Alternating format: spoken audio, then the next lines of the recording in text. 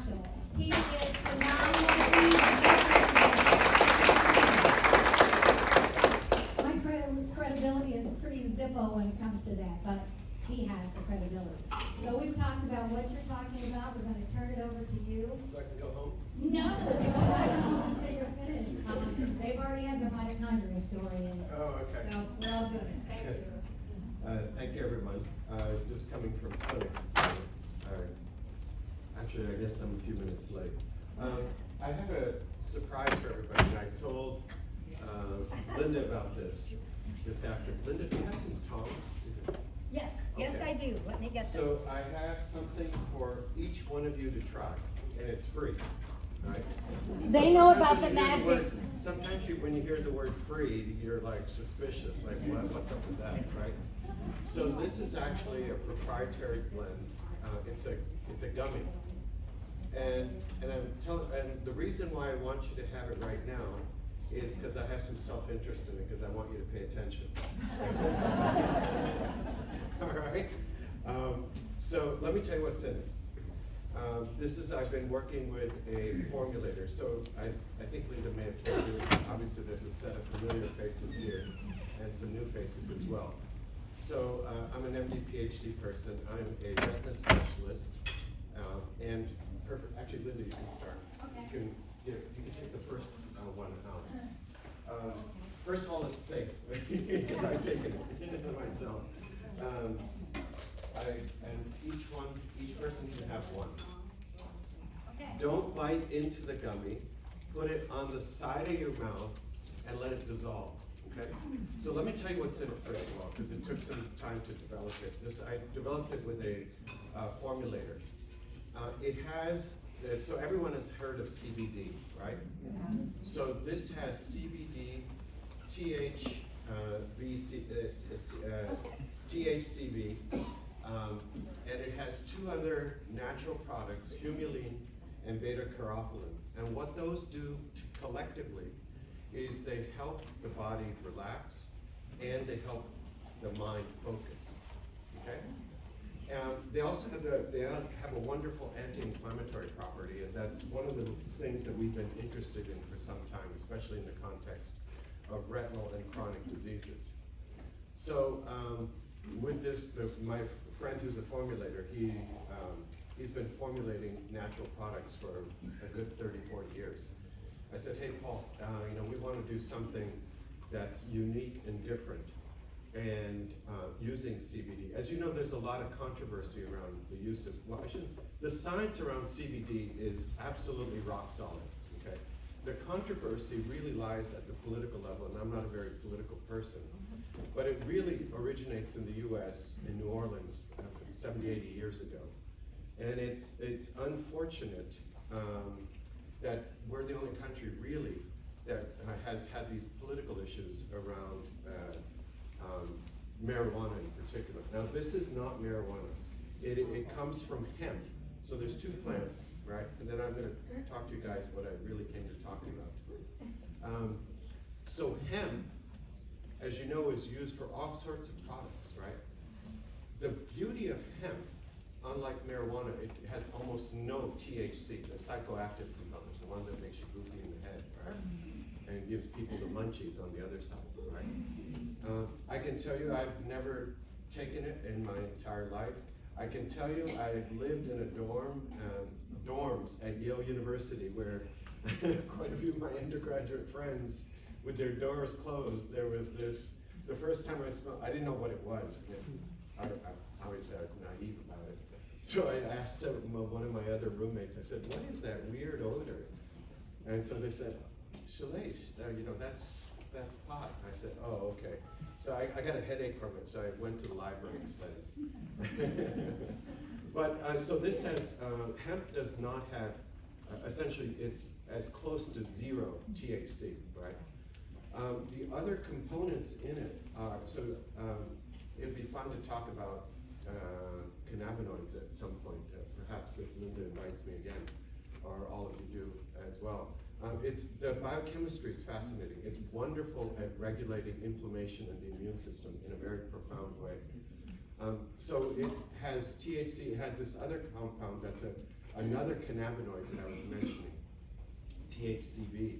That actually is a wonderful anti-inflammatory itself, and it has this property of being a slight appetite suppressant, just the opposite of what pot is, right? And this is all hemp derived products, by the way. And then beta-humulin and beta-carotene and humulin are wonderful anti-inflammatory agents. So we can go ahead and everyone put it on the side of your mouth, right? And let it dissolve in your mouth, okay? So these are literally, they're freshly made gummies, right? And we will eventually be one of the first people, I think the only folks, to have this particular preparation. As I said, it also helps focus attention, and that's helpful for all of us, really. So they can't bite it. Don't bite it, just put it on the side of your mouth and let it dissolve. I feel like I'm giving communion. All right, okay, good. So I told Linda about it, she was all excited about it. I said, is it okay for people to have one? And if you don't want one, that's fine too. Yeah, if you don't want one, You can there's remain no, as tense as you want. there's no obligation. I just thought it'd be a little different and something interesting. Huh? How quickly? Oh, the question was how quickly does it work? I didn't answer that, or I didn't mention 10 to 15 minutes. Okay? So that's why I'm gonna keep sort of rambling until 10, 15 minutes. Okay, so, yeah, hopefully all of you will get us. I had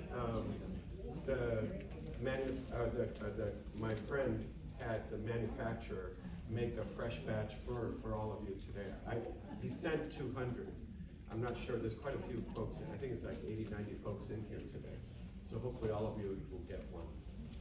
Again, don't bite it, just let it dissolve. Now I have to tell you, when we beta tested this, so another vested interest of mine, of course, being a retina specialist, is it has a set of folks have reported back to us that they have sharper visual acuity with this.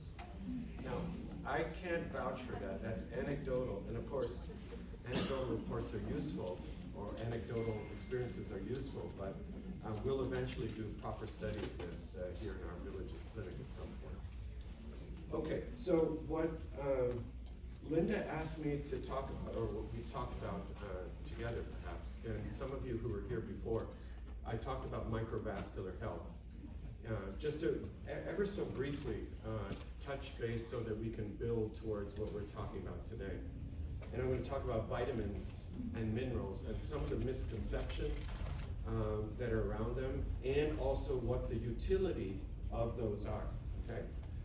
But before I do that, I want to share something with you. I was reviewing, we run an annual meeting. Some of you may have attended in the past. And I'll just tell you about it. We started it, it's a passion of my wife and I. And it's really a labor of love. We fund most of the meeting ourselves. And it's called Reversal of Chronic Diseases. And we're having our fourth one February 14th and 15th down at Innsbruck Golf Resort, just north of Tampa. It's less than an hour from here. And we invite world-class clinicians and scientists to come and talk about their own work, published work, on the reversal of various chronic diseases, from Alzheimer's to diabetes to obesity to coronary artery disease. And I just shared with you, and those of you, there's quite a few folks from the villages who sign up with this meeting regularly, along with physicians. So what I've charged all the speakers with is to make the meeting or give their talks so that they're easily understood by the curious layperson, or motivated layperson like all of you, as well as useful for MDs as well, so they can act on it to help their patients. So this year, for example, one of the experts we're having is a colleague of mine from the University of Miami. He's one of the world's experts on cannabinoids, actually, Dr. Jeffrey Block. We have the godfather, or the pioneer of preventative cardiology, Jay Combs, is coming.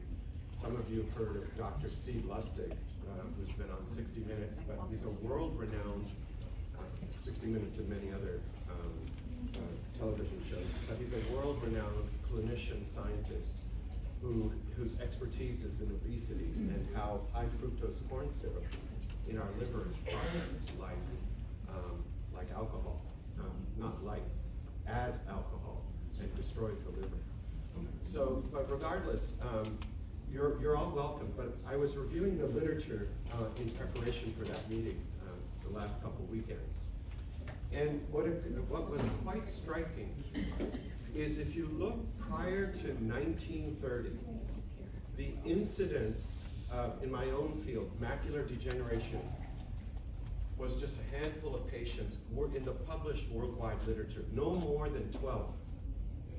Think about that, 12 patients worldwide. Now you'd say, well, geez, maybe there's a problem of communicating. But remember, there were scientific journals back then as well. Just like, yes, there's more now. And of course, the internet is also makes information more accessible. But regardless, there were still really outstanding centers of excellence, medical excellence throughout the world, and those really haven't changed. There's more of them, but the really elite ones are still present, right? So think about that, 10 or 12. So as I was reviewing some other additional literature, the reported incidence of hypertension, Alzheimer's disease, autoimmune disorders, diabetes, type 1, type 2, obesity, right? Autoimmune disorders like what? Rheumatological disorders, right? Rheumatoid arthritis is a, oh, thank you so much. Was minimal. I mean, how minimal? In the instance of macular degeneration, the reported incidence in the world at that time was less than 0.1%. You know what it is in the US today? It's anywhere from 8 to 30% in the published literature. That's a cuckoo number.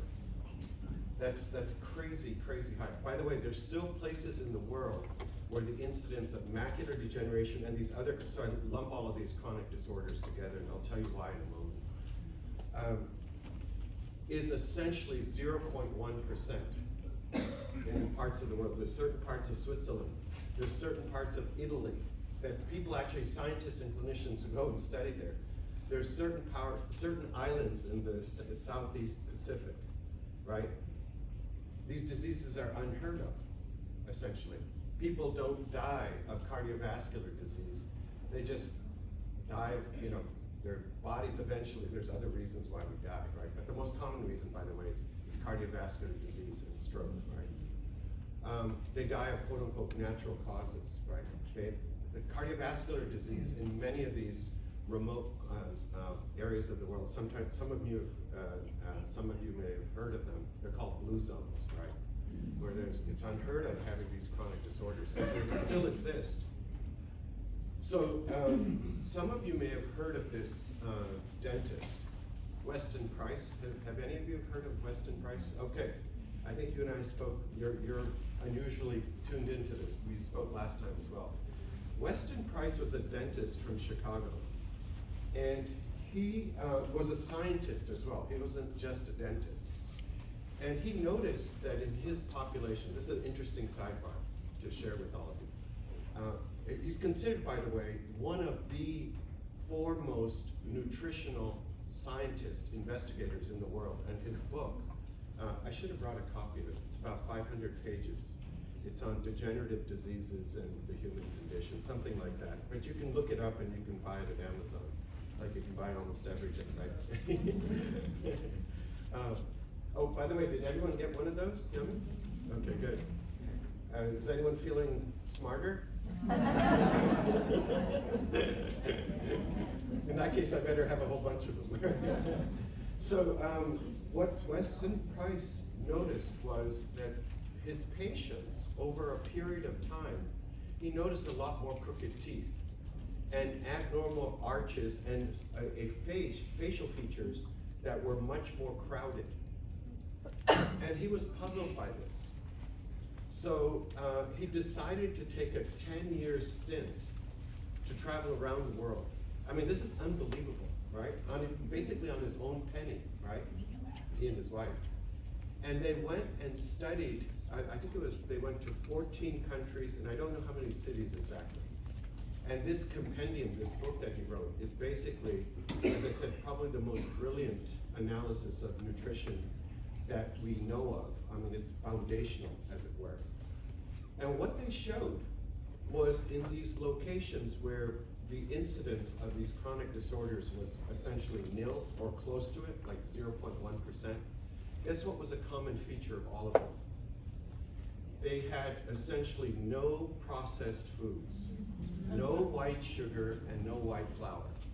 And those of you who are patients of mine, or I'm blessed to have you as a patient, I give this handout on foundational nutrition. And that's one of the key elements, and I repeat it to every patient every time. Now, on the flip side, here's something also very interesting. So, as I mentioned to you, before 1930, the incidence of these chronic diseases was essentially, it was pretty darn close to zero. In most of the modernized world where there was good epidemiological and population-based studies being done. It is also known that in other parts of the developing world at that time, the incidence of these diseases, although not formally studied, was also equally low, almost everywhere. So you ask yourself, well, what happened? So I didn't tell you what the next step was. By 1940, the incidence of macular degeneration had absolutely skyrocketed. And Sir Duke Elder, who's one of the godfathers of giants in ophthalmology, he wrote this, the initial compendium textbook of like, I think it was 24, 25 volumes, on every aspect of ophthalmology. Said it was the most common cause of blindness in folks over the age of 65. In 10 years. Think about that.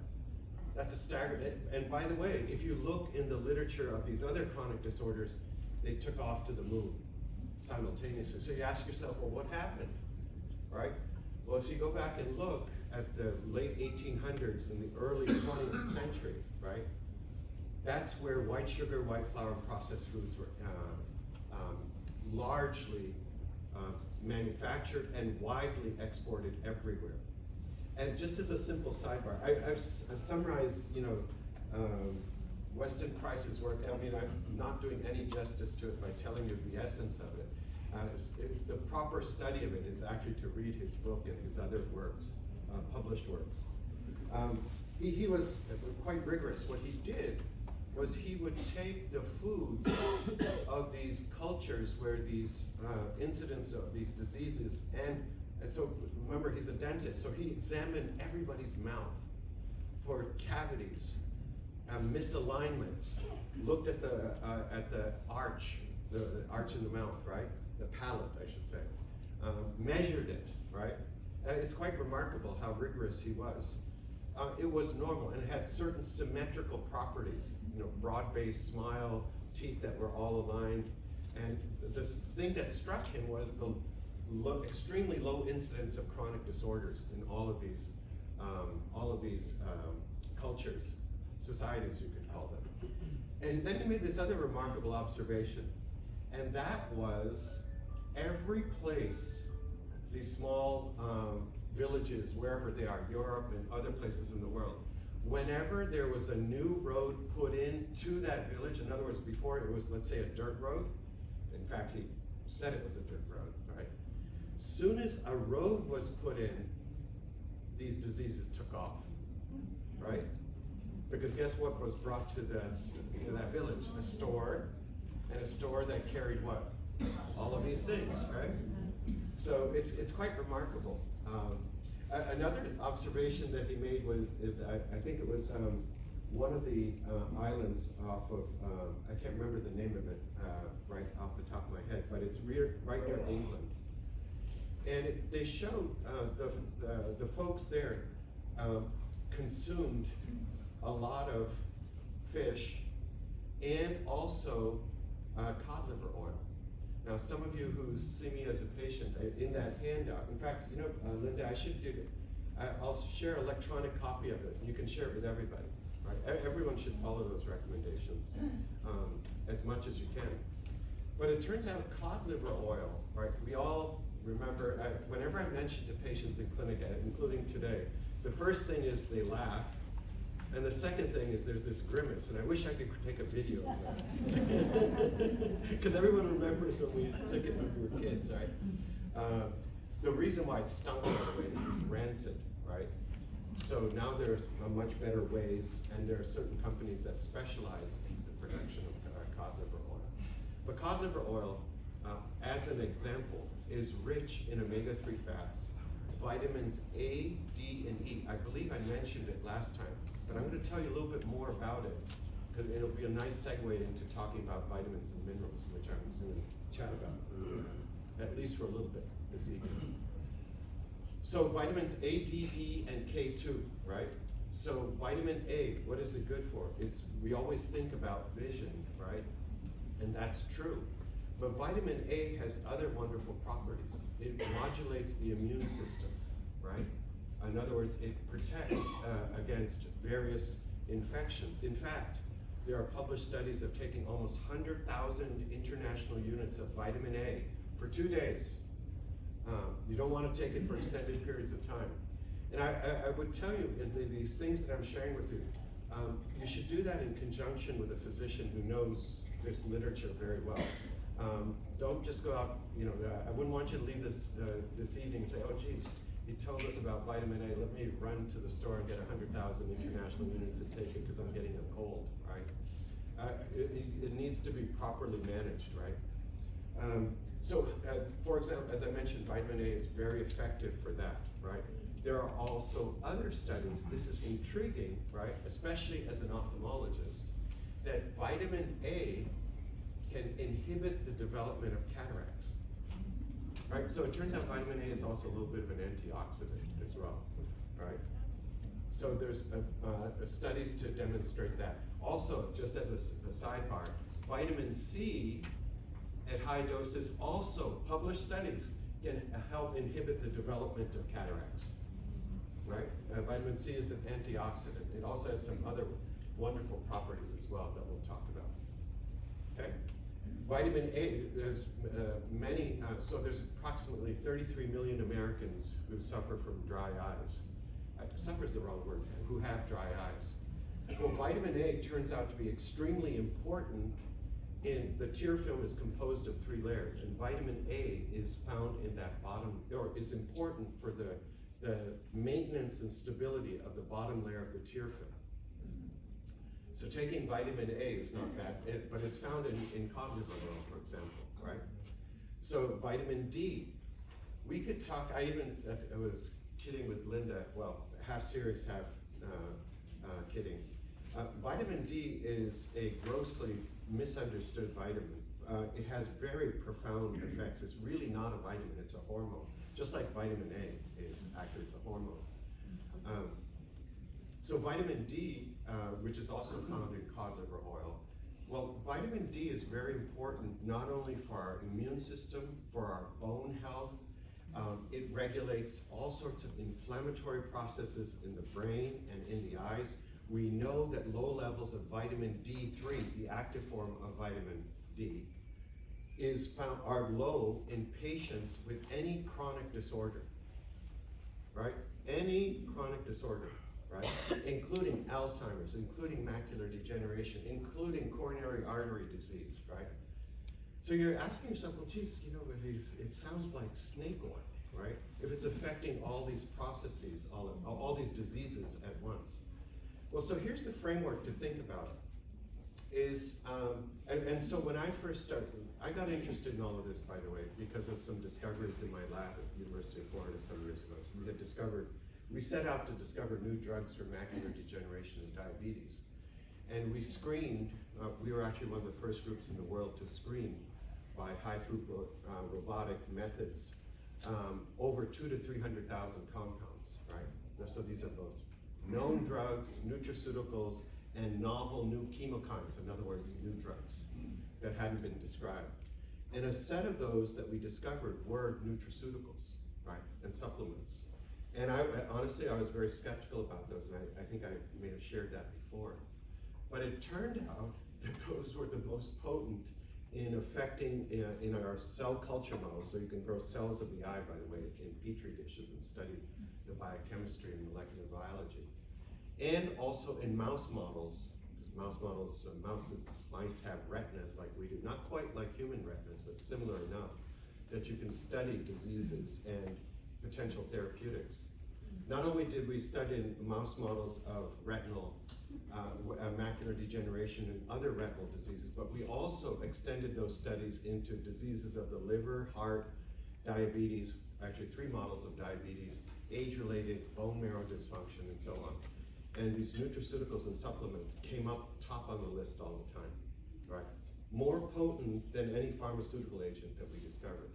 The reason why we don't hear about nutraceuticals is mostly because we can't patent them, right? So the pharmaceutical industry is not interested in that. So, and I wouldn't want you to leave here thinking that I'm against pharmaceuticals, just the opposite. There's a judicious place of integrating the use of pharmaceutical agents with supplements and nutraceuticals. And I may have said that before, but it's worthy of repeating again because it's such an important point, right? In fact, they can, in certain instances, nutraceuticals and supplements can reduce the amount of pharmaceutical agents someone needs and or potentiate their effects in a way that's more beneficial. In other words, reduce the side effects of a pharmaceutical agent. So in my own clinic, I consistently use pharmaceutical agents, but I use also, I start with a baseline set of what I call foundational nutrition and supplements, and then I add, depending on the patient's need and or their biochemical makeup, others as well. But anyway, coming back to this, vitamin D, right?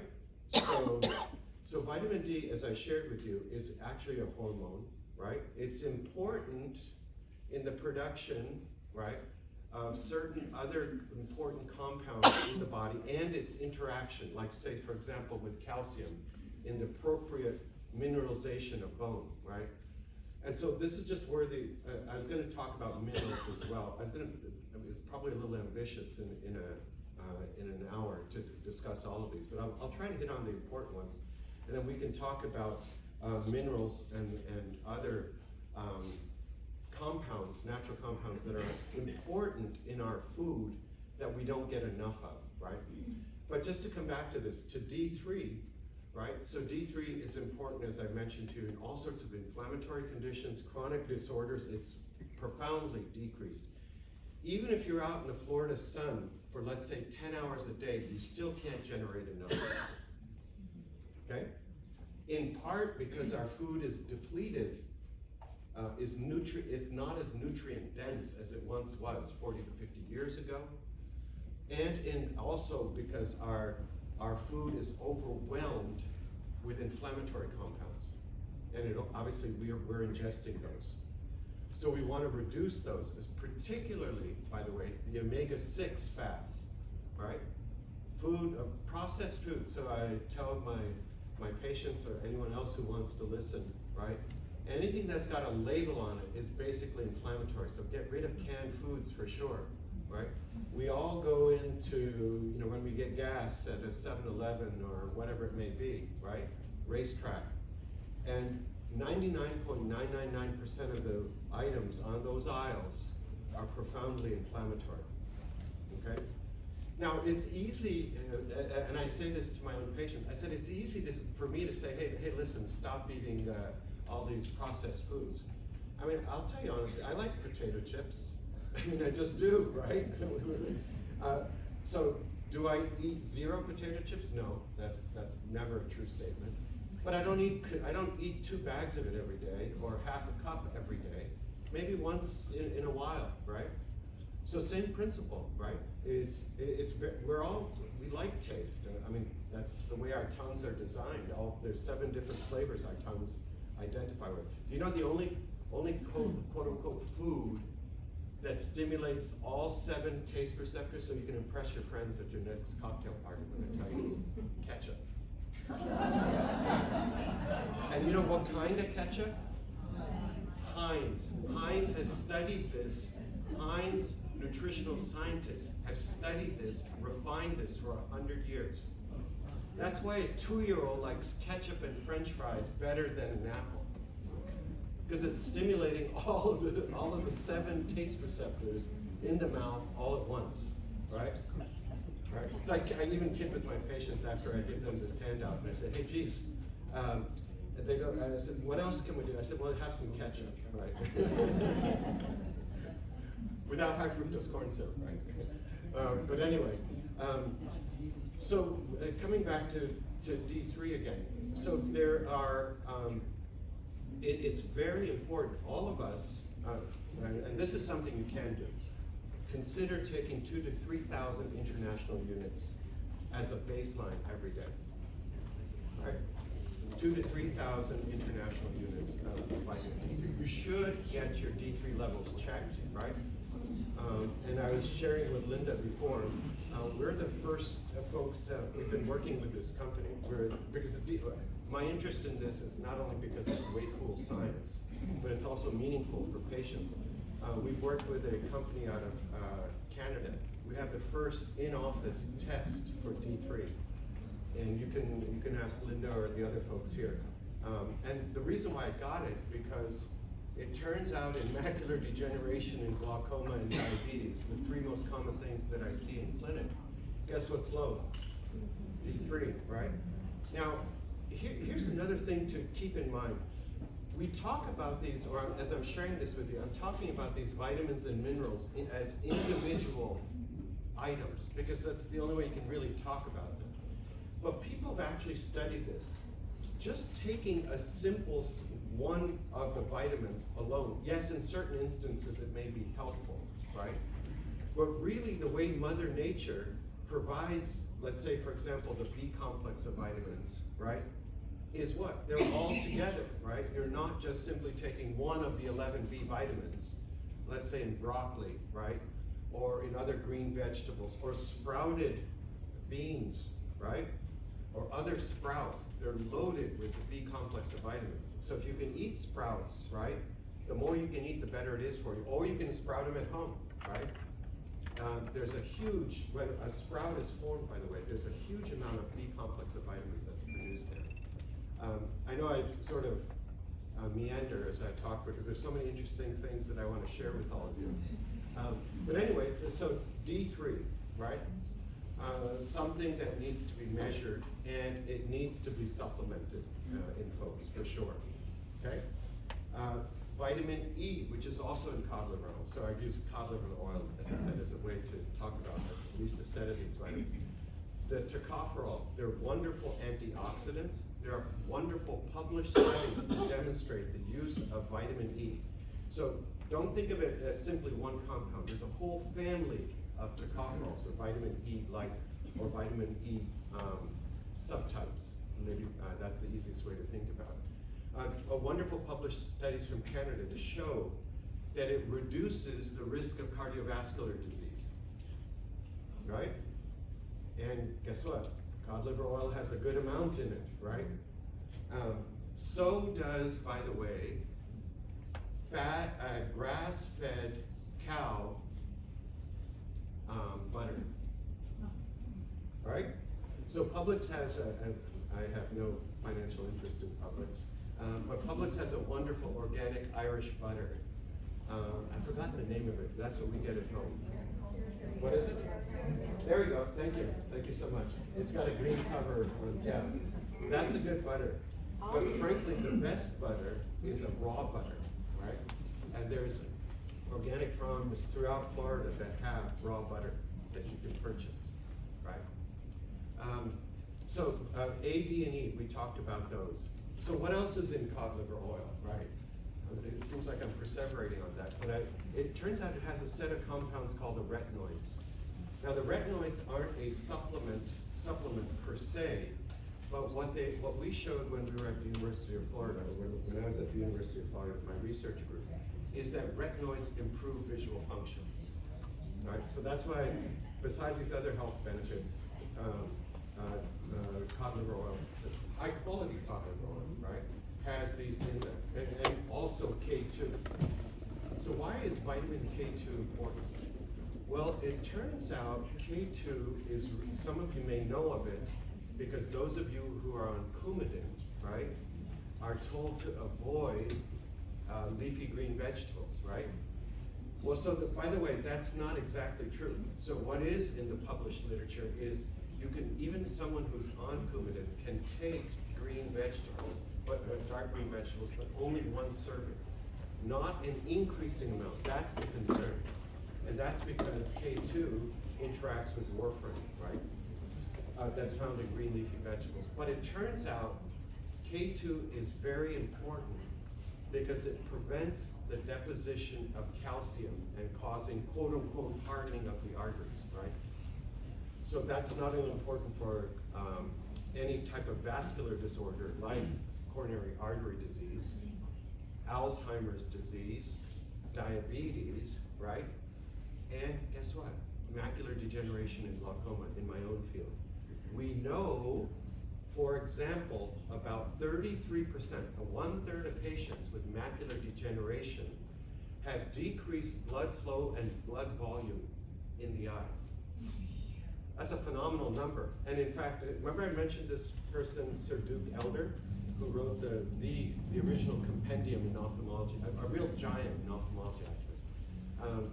He described, along with others, the histopathological changes. In other words, the changes you see under the microscope in patients with AMD, age-related macular degeneration, and described these sclerotic changes. Sclerotic means that the hardening of the arteries in the blood flow in the retina. So the largest blood flow in the retina is actually under the white part of the eye. It's called the choroid. So that turns out to be incredibly important. And by the way, to help tie this all back together, Dr. Weston Price also, when he went to each of these interesting countries around the world and took the foods from these places and had them sent back to Chicago to his lab to study the content of the foods in terms of vitamin and minerals, you know what shook out in all instances? They were loaded with vitamins A, D, E, K2. So these are fat-soluble vitamins, right?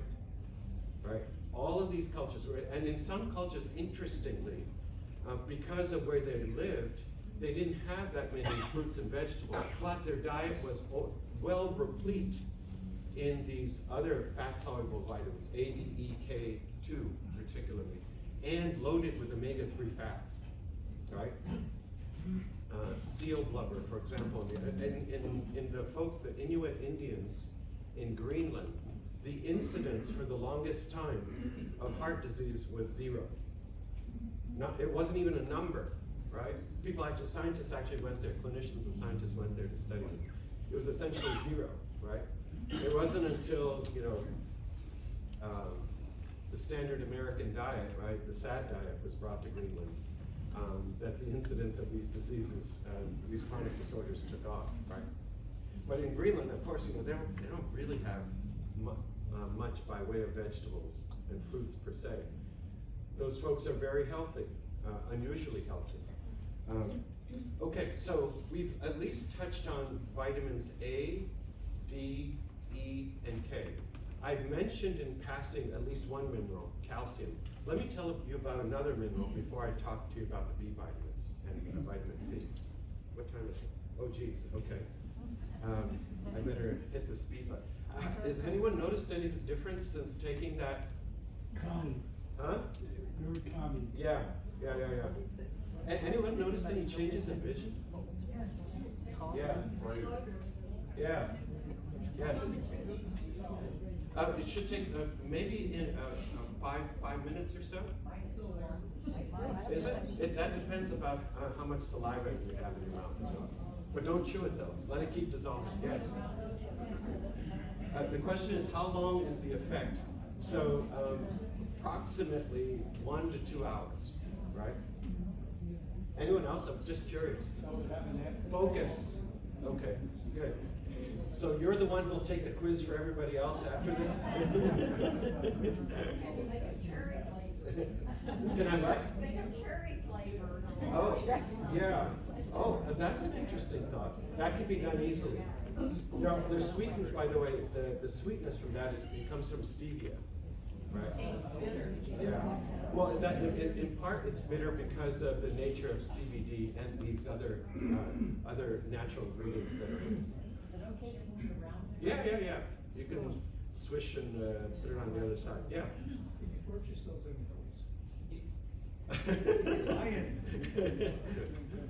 I wasn't anticipating. The question is, can you buy it any place? I wasn't anticipating that question really. It was yes, we'll be the first people in the country to have it. Yeah, it's not ready yet though. When will we do that? Hopefully within the next month, right? Yeah, this is the next iteration of it. We want to tweak it a little bit more. Can we buy stock in it? I didn't go to the medicine for that piece. All right. Anyone else? I'm just curious for some feedback. Anyone notice anything else? No? Okay. All right. So I've told you about vitamins A, D, E, K2, right? There's actually a K1. I mean, we could talk about each of these vitamins for quite a while. I told you we discussed calcium. I want to talk about magnesium.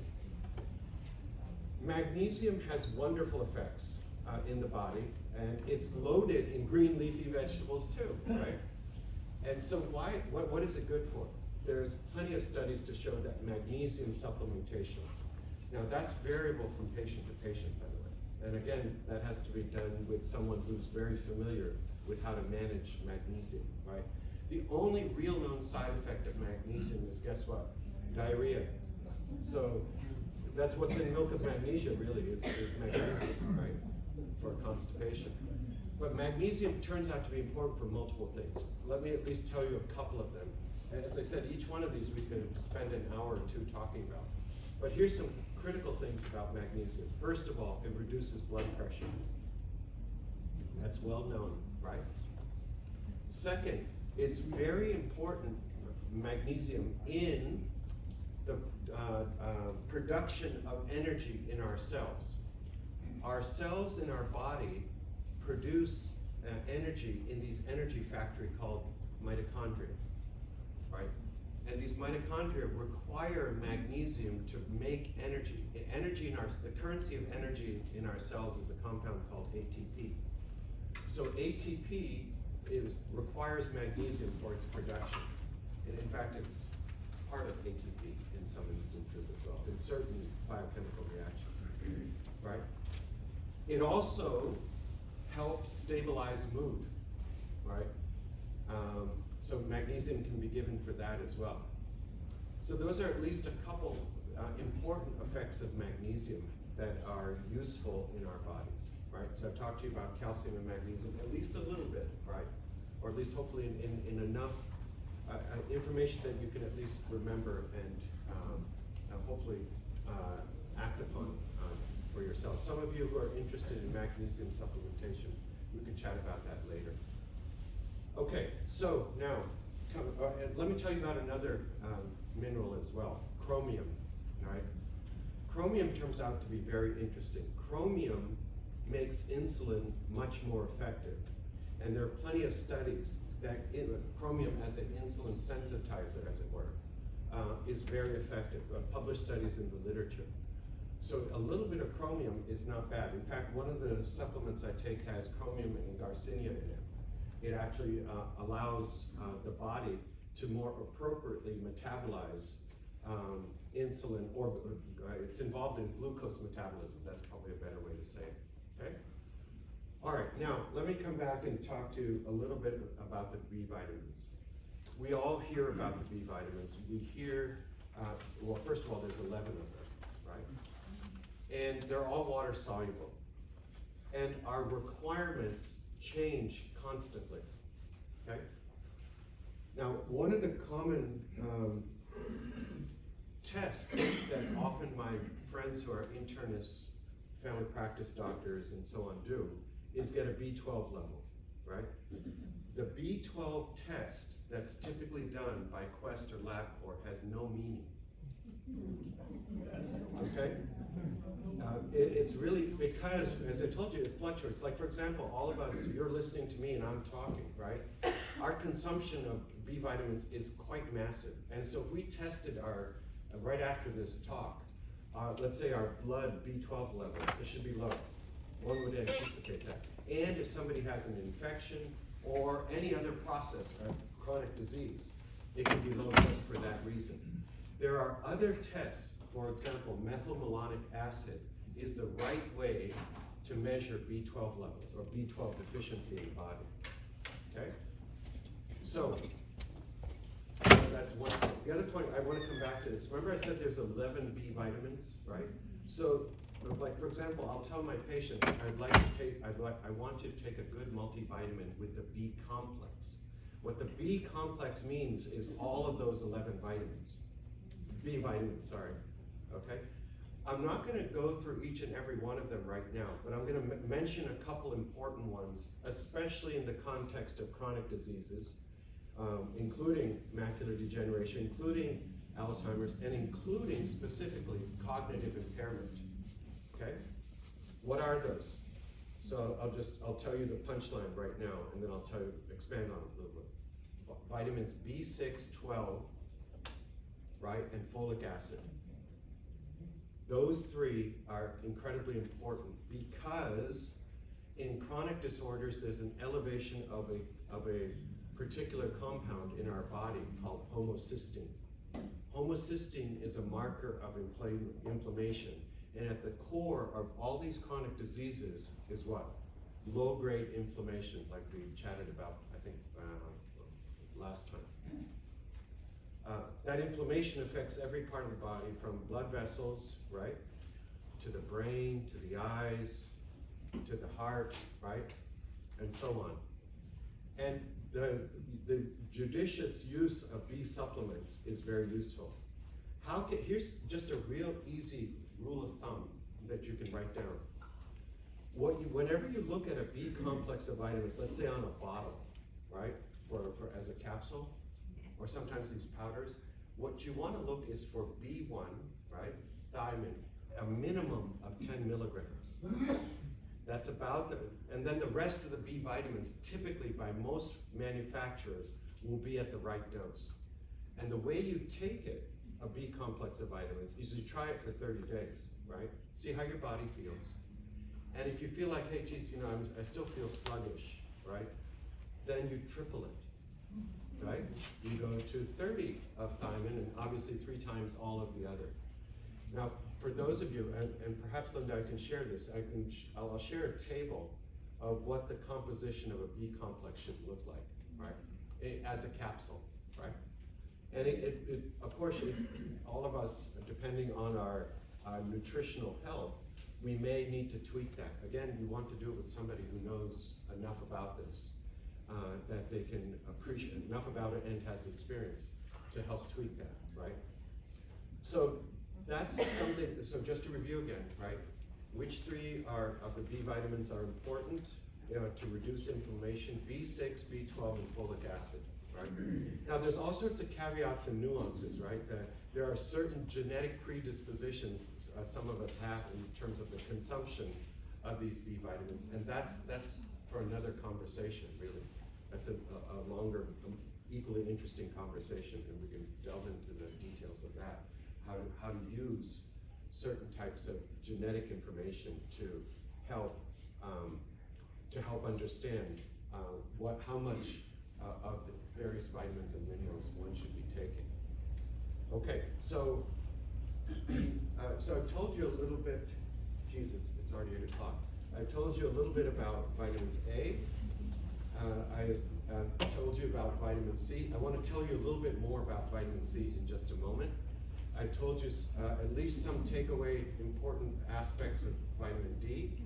We've mentioned vitamin E, and I just reviewed a very quick, I shouldn't say quick, but it's a short drive-by of the B complex of vitamins. I'm happy to talk about these in as much gory detail as you like at some later point or individually. I've also mentioned to you about calcium, magnesium, and chromium, right? I want to tell you in the last few minutes about another source of minerals and vitamins, a natural source. It originates from Indian Ayurvedic medicine originally. and some of you may have heard of it, fulvic minerals, right? And it's found in the Himalayan mountains, right?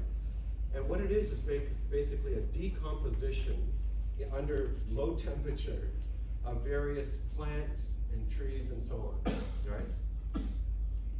And it's an unusual, I don't know how the Ayurvedic doctors in India found it, but it came to the West, obviously, subsequently. But it turns out it has a set of 3 different compounds in it, right, which help in the absorption of both macronutrients, proteins, right, fats, and carbohydrates. But more importantly, are loaded with these minerals, some of them which I've mentioned, right? Chromium, magnesium, calcium, manganese, vanadium. We haven't talked about that, and vanadium's effect on diabetes, which is quite profound, right? And you can use it regularly. For example, in Europe, fulvic minerals as a supplement, are extremely popular and have been used for many, many years. I don't know exactly how many, but greater than 50 years or so. Again, coming from India originally. There's other places obviously where you can find fulvic minerals in nature as well, besides the Himalayan mountains. So that's another wonderful consideration for those of you who may consider, or may be concerned about getting these trace minerals and more common minerals as well. So fulvic minerals for sure, okay? Now, so we've covered, hopefully, in a way that you may be able to remember, right? At least a set of the vitamins. I want to come back in closing, because it is 8 o'clock and out of respect of your time, vitamin C. Vitamin C is not produced in our bodies, right? So we're human beings, other animals and organisms make their own vitamin C. We have to consume vitamin C, right? So what is vitamin C good for? Well, it turns out there's a whole set of studies to demonstrate in a certain combination of high dose vitamin C. How high a dose? Sometimes 1 to 5 grams a day, along with other vitamins and supplements, can stop certain cancers. This is published literature. Both published here in the US, by US groups, and also by Canadian groups and other folks as well. So the consumption, how much vitamin C should you consider taking? Well, it depends, right?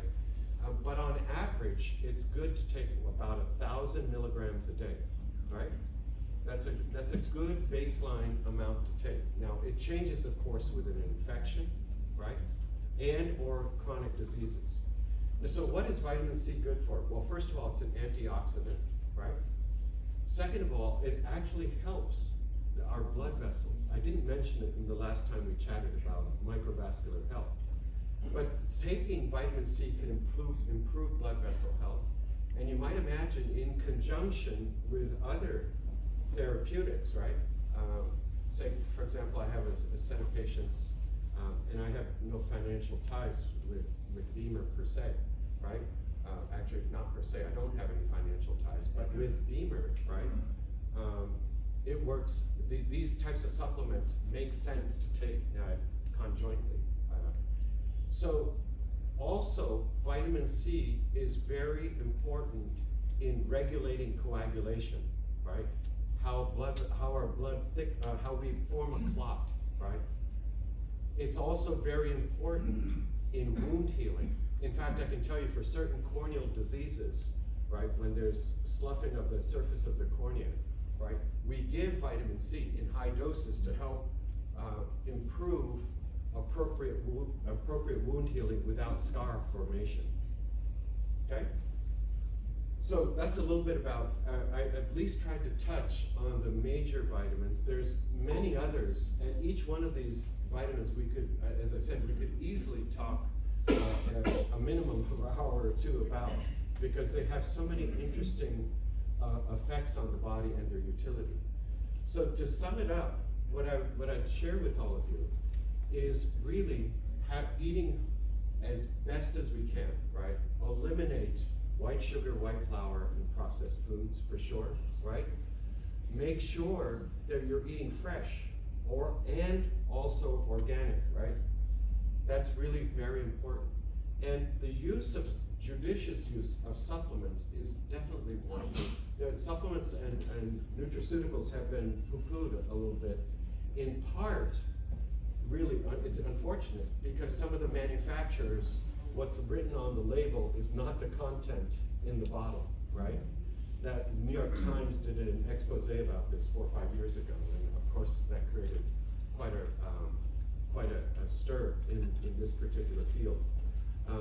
But the scientists, well, the clinicians and basic scientists have amply demonstrated that the appropriate use of supplements and nutraceuticals in the management of chronic diseases is incredibly useful, right? I'd also tell you in closing that many of these disorders that we hear about, these chronic disorders, they are deficiencies, as I said, it's basically nutrient deficient. In other words, our food is not as nutrient dense. In other words, how much nutrients they are per, let's say, unit weight, let's say for a half pound or a pound, as it once was. So the using appropriately these nutrients, nutraceuticals and supplements, can help mitigate, and now there's a rising tide of evidence that these chronic disorders can outrightly be reversed, right? I mentioned it, I think, at least I've mentioned it to my own patient. I don't know if I mentioned it here. There's published papers on the reversal of Alzheimer's disease. I'm sure Linda's talking about it in the context of Dale Bredesen's work. High blood pressure, coronary artery disease, literally complete loss of plaques, right? In our own field, we're collecting data here in our Villages Clinic and our other clinics where we see patients in certain forms of macular degeneration, it completely resolves, right? And likewise in other fields as well. There is reversal, published papers on the reversal of prostate cancer without any chemotherapeutic agent, right? I mean, and these are very prestigious, high-powered journals that have been published. There's lots of other evidence as well. So, as I said, I leave you with this thought that really the goal for all of us is to return back to that diet, right? Or that nutritional density of food that we had, let's say, about 100 years ago, right? It's a challenge. I know patients tell me, because I see lots of patients every day. As I shared before, it's such an incredible honor and blessing to see people. But what's unfortunate is, and I hear this fairly regularly, to eat well, it costs a lot more than to eat junk food. It is true. I mean, think about it. A liter of Coke or 2 liters of Coke is cheaper than good quality water. That's goofy. Something's backwards, right? That should never be the case. That water is more expensive than Coca-Cola, right? Or any of these sodas for that matter, or these drinks, right? So we should really consider doing that. And eating fresh is, patients ask me, well, geez, is frozen okay? Yeah, frozen's better than processed, something in a can. But eating fresh is really the way to go, right? Fresh, organic is the way to go. That's nutrient-dense food. And I'll tell you, this part of Florida, there's a lot of wonderful organic farmers. I don't know them, but I actually go on their website and check out their because they actually do an analysis of the fruits and vegetables they provide to all of us. So I would consider that. I would say also, I've noticed this, we live in Gainesville, and in our Publix there, or set of Publix that we go to, the organic section has really improved dramatically over the last, I would say, 3 to 5 years. So there's clearly an increased awareness and desire of us as consumers. So obviously the food industry is responding to one at some level. All right, I'll stop here. I'm happy, well, first of all, thank you so much for listening. I hope this was helpful to you. There's so many other areas that we could cover slowly and systematically. It would be fun to come back and talk about those. But I'll stop here, and if there's any questions, I'm happy to take them. Yes, please.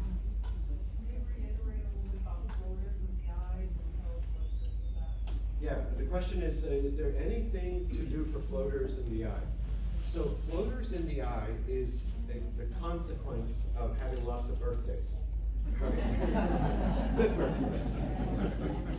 So what do I mean by that? It turns out the jelly in our eye, between the lens and the retina, it's mostly composed of water, 99.99% water.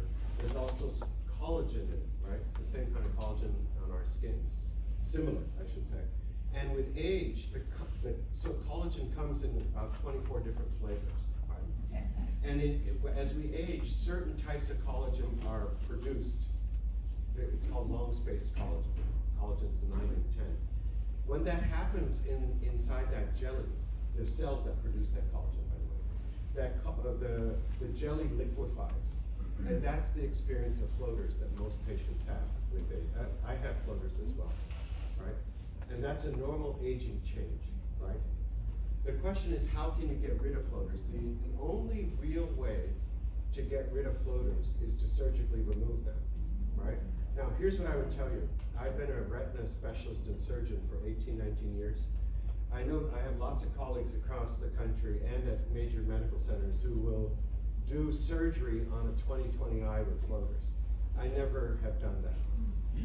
There's only one place you can go with a 20/20 eye, right?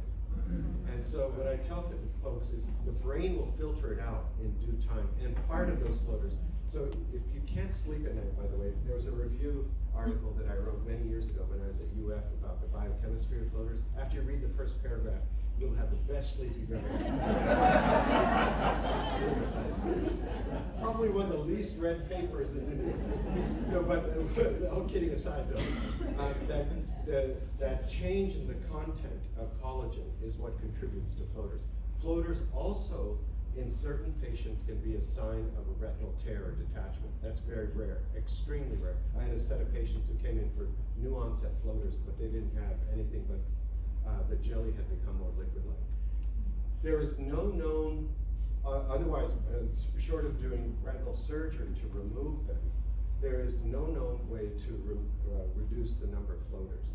The brain will filter them out. In other words, it gets rid of that particular visual perception over time, but nothing else beyond that per se. Yes, please. Does it make a difference whether it's morning or evening when you take your vitamins and That is a great question. The question is, does it make any difference if you take your vitamins in the morning or evening? Or with food, not with food? Taking with or without food doesn't make any difference.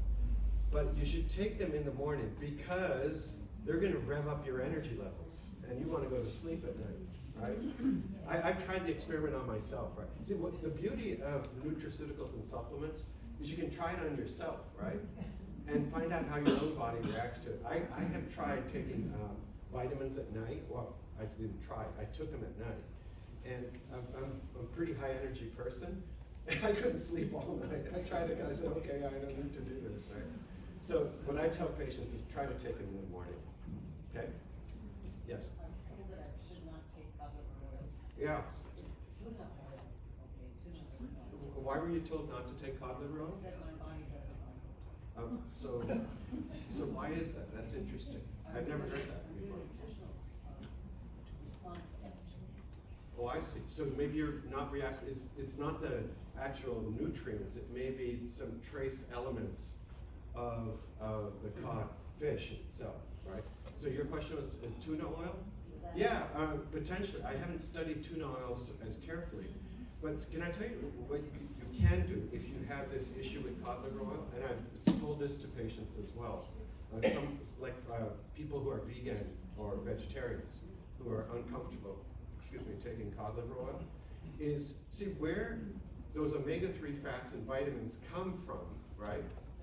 That are found in cod or cold water fish in general, right? Is from sea plants, right? So you can buy algae, right? Like potato chips, it tastes pretty good. My daughter gets it, she'll buy a case of it, like for example at Costco in Gainesville.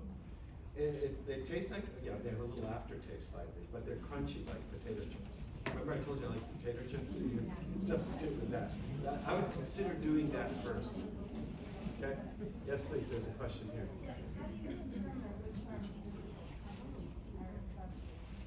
Which pharmaceutical or nutraceutical? Yeah. So the question is, how do you know which nutraceutical companies are reliable? Welcome to my world. So I spent about the last, once we made these discoveries in our lab, I spent about 10 years actually going to meetings, flying on my own nickel, and meeting these companies one at a time. I'm happy to share that with you, right? There's a set of them that produce or have high quality products, right?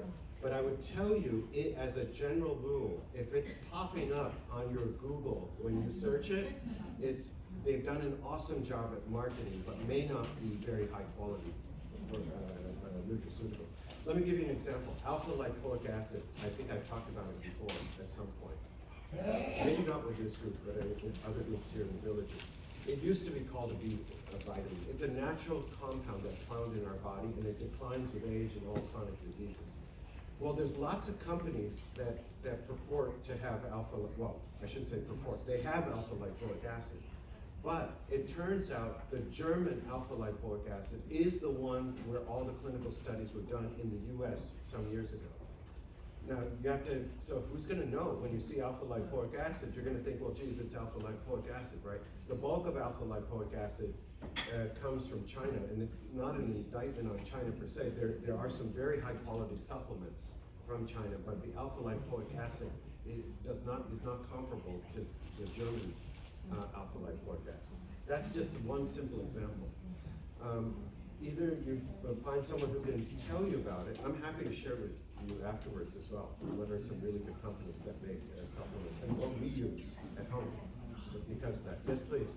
That is the USP, United States Pharmaceutical label. Yeah. In terms of reliability and honesty as it's put on the bottle. For what? For quality. For pharmaceuticals, yes, right? Nutraceuticals, it's a different game, right? You have to really chase down it's related to your question, ma'am, right?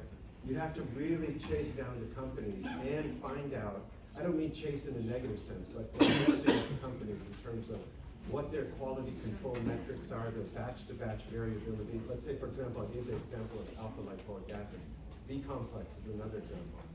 How in each capsule that they produce, how reproducible is it from one batch to the next batch? In other words, from one bottle to the next bottle, right? So that takes a lot of time and effort to find out for sure, right? But USP is useful, obviously, for pharmaceuticals. And that's the standard, as it were. Like, for example, if somebody is taking, let's say a high blood pressure medicine, right? And it says 10 milligrams on it. The error is usually less than 0.1% from one capsule to the next to the next. Okay. Yes, please. So Cod Liver Oil, can it be refrigerated? Yes. Can it be, or capsule? Yeah. So the question, if you buy cod liver oil, should it be refrigerated and or can you take it as a capsule? You can take it, I have patients who take it as a capsule. It's less, there's less omega-3 fats, vitamins A, D, and E, K2, and the retinoids in the capsule. I mean, you'd have to gulp a lot of capsules. Yeah. Better than that is the liquid, right? So that's what we take, and that's what I recommend to my patients as well. What do you think of standard process? The question is, what do I think of Standard Process? They have wonderful products, right? They're perhaps, how should I say it? They may be some, I have nothing against their products, they may be slightly behind the times in terms of the science, right? The products themselves are very good quality. Yes, please. If we could do. Yes, the B complex of vitamins. The question is there any forms of vertigo that could be related to nutritional deficiency? The answer is yeah. But remember, you need to go to an ENT doctor to get that evaluated appropriately, because there's many inner ear disorders that can affect it, especially as we get older. There's these odorless, and that's the most common cause of vertigo. Okay, yes, please. Vitamin K versus Coumadin. Because Coumadin is because of AQ. Yes. So what, you're right. They're very careful that you're talking about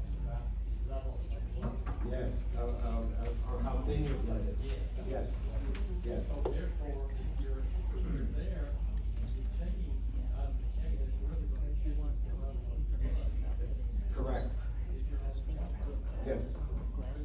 Yes. So the comment that I made, the question is the relationship with vitamin K and coumadin.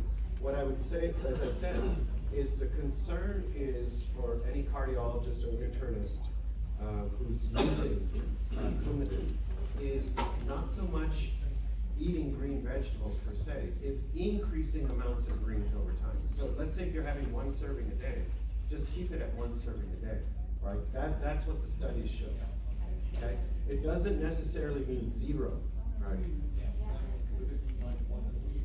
Yeah, exactly. Yes, please. Yeah, Himalayan pink salt. It's great. You know why? Not only it has sodium chloride in it, right? It has some of these trace minerals that I was talking to you about, right? It's very good for you. There's a question here? Yes, yes. Where can you get the B12 test? You said Oh, that test? There's certain specialty labs that actually do that type of testing, right? One is, for our patients, Genova is a very good company, right? And it's covered by insurance, right? There are many others. I use Genova in part, well, first of all, the former, he's now retired, former chief scientific officer is a good friend of mine. And he's the one who developed all the assays, right? So, and he and I have had wonderful conversations over the years before I launched on doing my own metabolic studies for patients that come to see me for retinal diseases. And the second, of course, is nearly all insurance covers that. So there's no out-of-pocket cost. Yes, please. If we want to make an appointment with you for other than an eye appointment, Yeah. homeopathic, how is that? So this is not homeopathic. I know, well, no. So I know what you're talking about. Yeah. Let's say nutrition Yes. / metabolic. Yeah. Yeah, I do those because like for example, today we had a very busy clinic, about 50 patients, right? Obviously, I can't do it and do justice to you or any patient. So what I do is I set up, for example, a separate Saturday appointment, and then I can spend an hour and a half as it need be, right? And really delve into the issues, overall body issues, right? Metabolism issues, health issues, and get the appropriate testing done, right? And then review that with you. Do I sign up for Saturday? Yeah, Saturday. Or you can talk to Sona in the back about that. Okay. Right? Yes. Was there? Yes, please. One thing about how do you eliminate the mercury in the ocean and the plastic fish? So that is a wonderful question. The question is, if you take cod liver oil, what about the plastic, the BPA, and the mercury, right?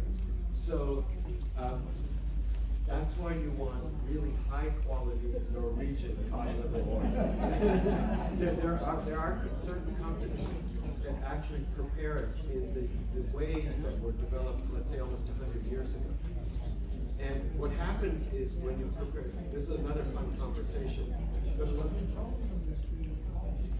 Yes. Yeah, so let me just answer your question. The way, oh, okay.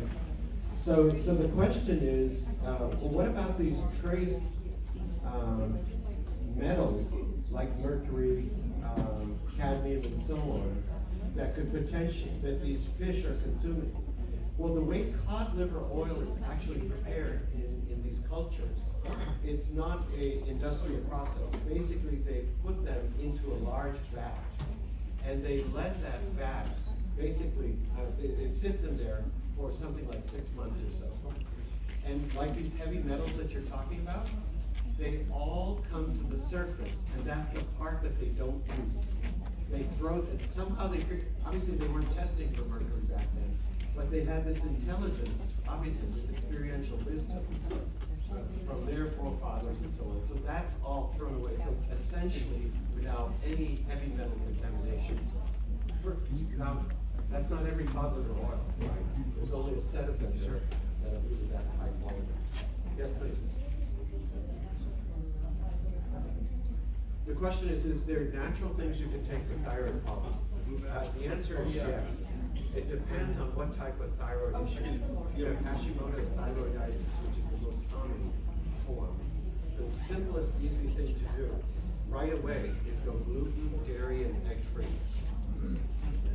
There's many published studies on it. There are other things, but in my own clinic, I see patients with thyroiditis, right, and other types of thyroid disorders that are related to macular degeneration.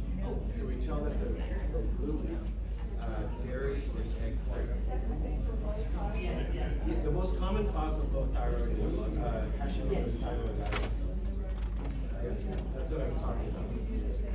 Yes, yes, please. What about apple cider vinegar? Apple cider vinegar. I had twice. And it's great for your body too. Yeah, it's an anti-inflammatory. It's excellent for diabetics. Or anyone who's interested in the glucose metabolism, right? There's published studies from the University of Arizona to demonstrate this, that apple cider vinegar, 1 tablespoon a day is plenty, right? To help with glucose metabolism. Okay, did I answer any other questions? Yes. Yes, selenium. That's one of the trace minerals that I did talk about. Selenium's another long conversation as well. Your question was around thyroid disease. Yeah, so selenium is required for any active tissue in the body. So is it good for thyroid? Yes. Is it good for the brain, for the eyes, the heart, anything that's particularly metabolically active? But it's required in only small amounts. Yeah, I'd have to, that one I don't have at the tip of my tongue. That one I have to check. It's in the micrograms too. Yeah, I wouldn't be able to tell you. I can check for you. Yes? Sorry? Turmeric for Alzheimer's. There's many studies to demonstrate the utility of turmeric, right? You want a very high quality turmeric preparation, right? Some of my patients use ours, which we have a patent on it, but it's some colleagues. And it's absorbed 1,600-fold greater than anything else. We actually had it developed for patients with retinal disease. Yes, it's a capsule, twice a day. And it's very, very effective. But, no. You don't have to be a patient of ours. You can come and get those. We have it's interesting. A lot of these supplements, I designed them for our patients with retinal disease. And now we have other folks, people, obviously I've learned people talk with them, right? So people just come to our clinic and buy them the supplements, and they're not our patients. We're happy to. Okay. Was there a question?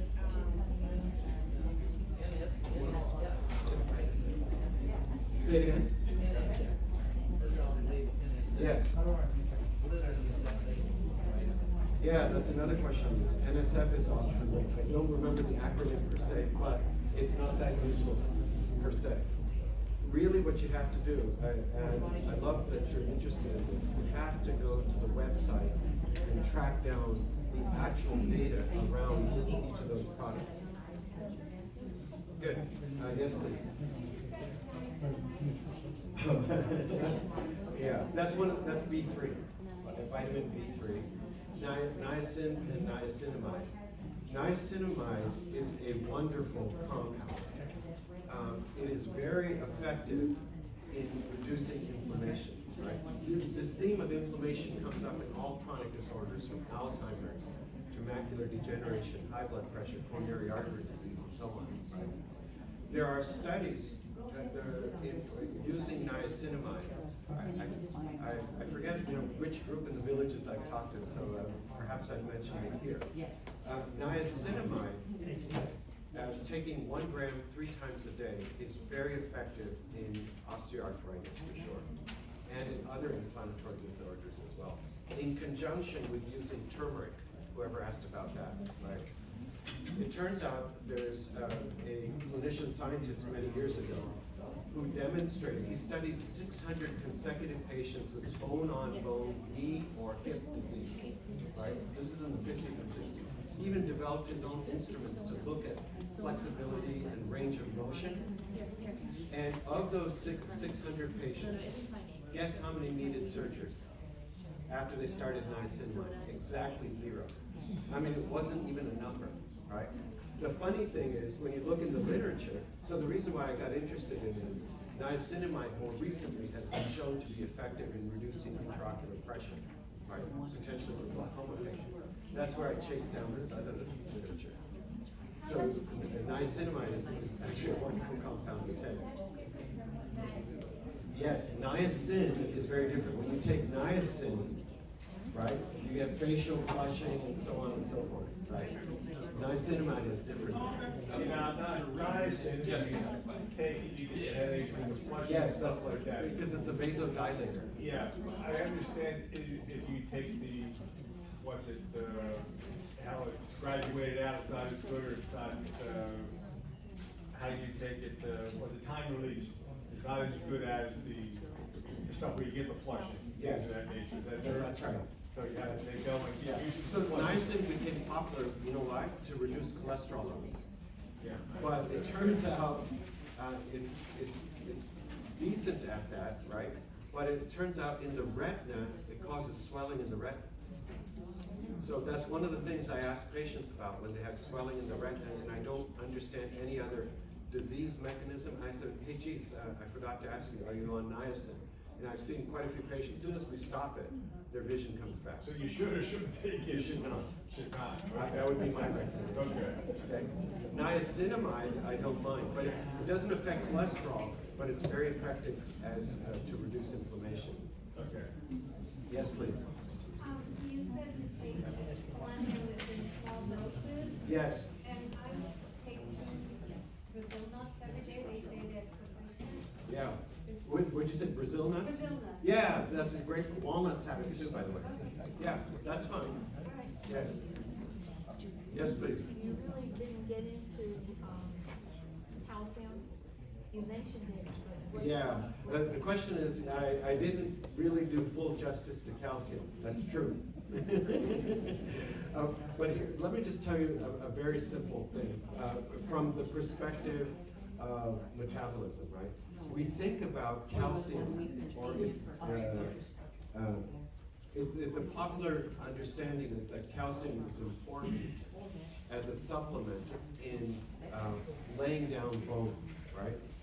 But what the studies show is it does lay down bone. But so if you think of a bone like a long tube, right? And the inside is the marrow of the bone, or the matrix of the bones.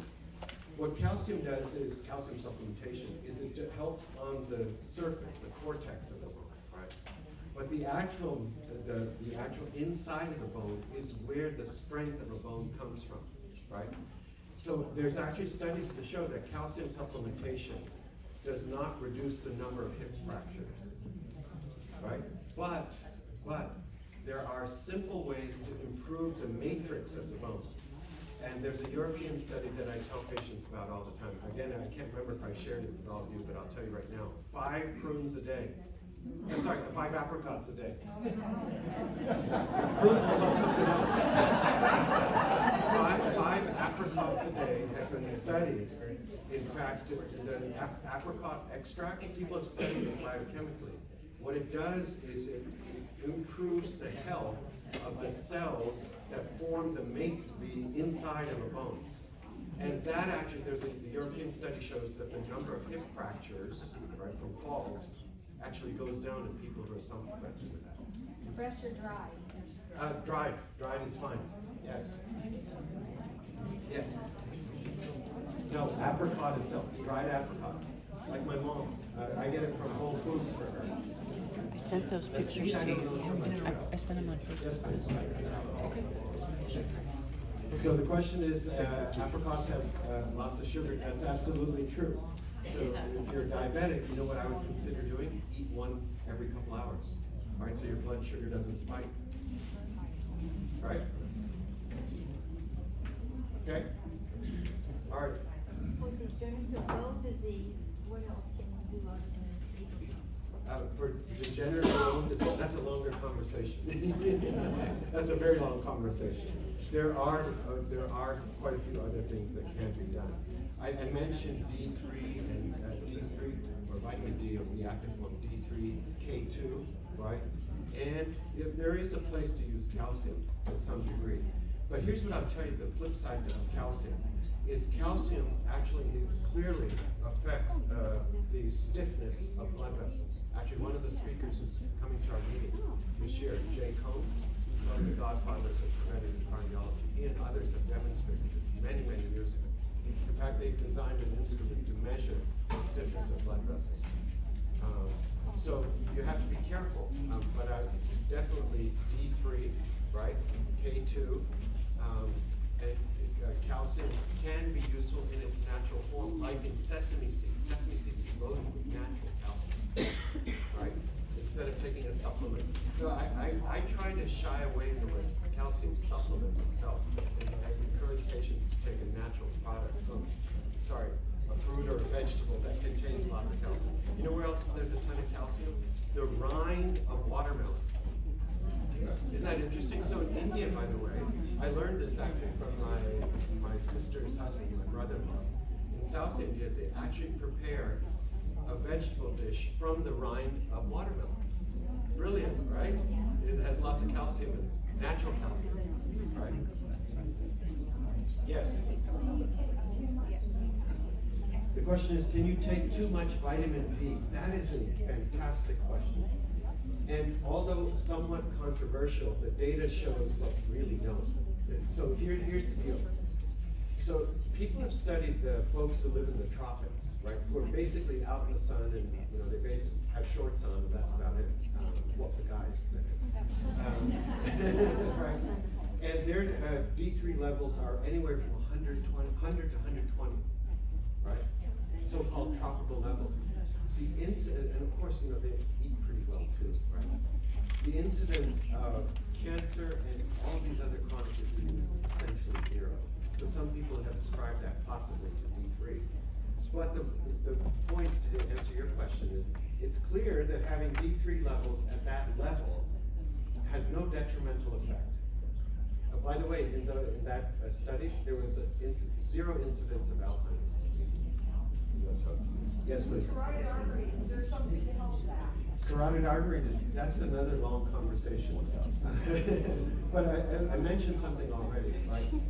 I would get off a calcium supplement if you're taking it. I even tell that to my patients with macular degeneration. It's in our handout that we give this. Calcium supplements are really not that good, at least from my reading and understanding of the literature and talking to clinicians and scientists, right? So I try to have folks take it in a natural form. That's one. Two, for carotid artery disease, it's an inflammatory disorder, right? Cutting down on total body inflammation, right? We've talked about cod liver oil, multivitamin with the B complex, all 11 of them, right? Lots of green and yellow, kale, broccoli, spinach, in particular, right? We didn't get a chance to cover the carotenoids that are also found in dark green vegetables. Those are very, very good for our bodies, and also, anywhere in our body there's inflammation. And dark fruits, blueberries, blackberries, raspberries. It's another fun conversation to have about cholesterol and its role in carotid artery disease or coronary artery disease. Just a thought to share with all of you. So if you look at the Framingham Heart study from many years ago, 50% of the patients who had a heart attack in that original study had normal cholesterol levels. So clearly cholesterol is not related to coronary artery disease. What is inflammation. Cutting down on total body inflammation, right? We talked about turmeric, the B vitamins, right? B6, 12, and folic acid. Cut down on homocysteine, which is clearly implicated in coronary, carotid artery disease, macular degeneration, glaucoma, and Alzheimer's disease. The list goes on and on with all these chronic disorders. Yes? What literature or book can we obtain that gives us the best simplified information on all of this? That is a fantastic, I get asked that question every time I talk about this. from both physicians and from curious people like yourself. There isn't one, the question is there a book where there's, you know, sort of a straightforward guide to understanding this? And I'm not, so a lot of what I quoted to you is from the medical literature itself. I haven't seen a single place where it's sort of consolidated. But perhaps in some free time I could write something like that. See, I've thought about it. I've had lots of patients and physician friends of mine that said, Shalesh, you know, what are you doing between 12 and 4 o'clock in the morning? but the reality, but all kidding aside, there's a huge need for something like that, right? And I don't know of a simple, maybe somebody does, but in all the reading that I've done and the readings that I've done and meetings I've attended and clinicians and scientists that I've talked to over the years, I don't find one particular place. There's textbooks, you know, yeah, they're 11 pounds, right? You can weight lift with them, right? But yeah, something, you know, like on the order of a 50-page with some illustrations and so on. That would be useful. Yeah. I think you're maybe about the 20th or the 25th person to. I think he needs to write it, don't you?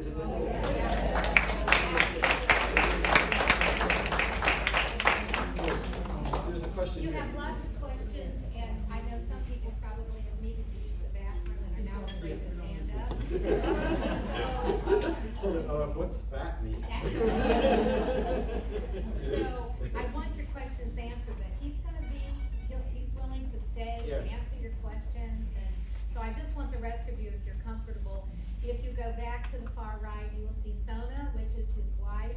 She can give you all kinds of information. She's also the practice manager and tells me where to go every day. She does. She runs it all. And so she's a little nervous about when we talk about the book, right? But it would be great to have, I call them cliff notes, right? Just to give us some general ideas. But you have some information. If you're not on our email list, please sign up if you'd like to know. And can they get these supplements online? Oh, yes. So we started a company, I don't usually like talking about it, but for those of you who are interested, we have a company, it's called rheostasis.com, www.rheostasis.com. I came We'll up send with it out to all of you, Yeah. because a lot of you have requested and asked. Yes. Yes, right on the bottom there's a multivitamin spray. Yes. The capsule, we're still in the midst of getting our manufacturer to make new capsules. We sold them out really quickly, faster than we anticipated, because we just have them in clinic mostly, right? So on the emails we send out, I need your permission. Are you all okay if we just include like access as to where you can get it and, you know, just some access to get it? And I'll share, you know, like this handout that we give patients. I'm happy to share it with all of you. We'll put that on the website so you have access to it, make sure everybody has that. I don't want to stop your questions, but I know it's getting late. We do have to be out here at a certain time or they get a little upset. But I would love you, if he's willing to answer some Sure. questions, that would be great, because to be honest, this is information you're never going to get from your physician. We all know that, so. Hold it, I'm a physician. Yes, but you're unusual.